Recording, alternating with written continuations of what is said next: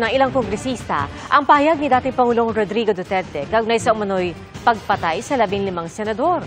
Nais nilang siyasatin ito ng NBI at tila may pasaring din dito si Pangulong Bongbong Marcos.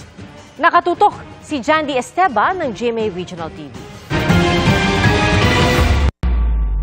Patay natin, makapatay tayo ng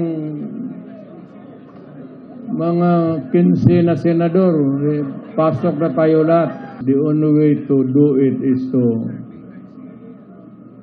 pasabugin na lang natin yung Matapos ang pahayag na ito ni dating Pangulong Rodrigo Duterte, tila may pasaring si Pangulong Bongbong Marcos, bagamat wala siyang direktang pinangalanan. Narinig lang natin nung isang araw, wala daw pag-asa. Siguro, kanina wala silang pag-asa, kaya papatay na lang sila ng 15 na senador. Ay talaga, sabagay, mahirap naman yung ibang tao. Ang iniisip lang nila, ang kaisa-isang solusyon sa lahat ng problema ay pumatay pa ng Pilipino. Sinabi yan ng Pangulo sa talumpati niya sa kampanya ng senatorial candidates ng administrasyon sa Carmen, Davao del Norte kahapon. Ang Davao Region ay kilalang baluarte ng mga Duterte.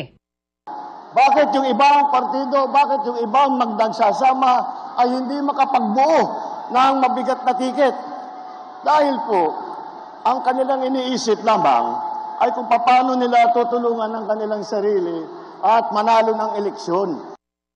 May binanggit din ang Pangulo tungkol sa extrajudicial killings at ang pagiging pro-China sa usapin ng West Philippine Sea. Si Lanao del Sur Representative Zia Alonto Adjong nanawagan sa National Bureau of Investigation na imbestigahan ang dating Pangulo kung iligal nga raw ang bomb joke. Paano pa kaya ang bantang pagpapatay sa mga senador?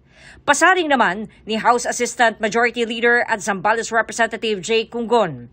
Baka ang tingin daw ng dating Pangulo ay above the law siya dahil sa mga ginagawang pagbabanta. Sinisikap pa ng GMA Integrated News na makuhanan ng reaksyon si dating Pangulong Rodrigo Duterte at ang NBI.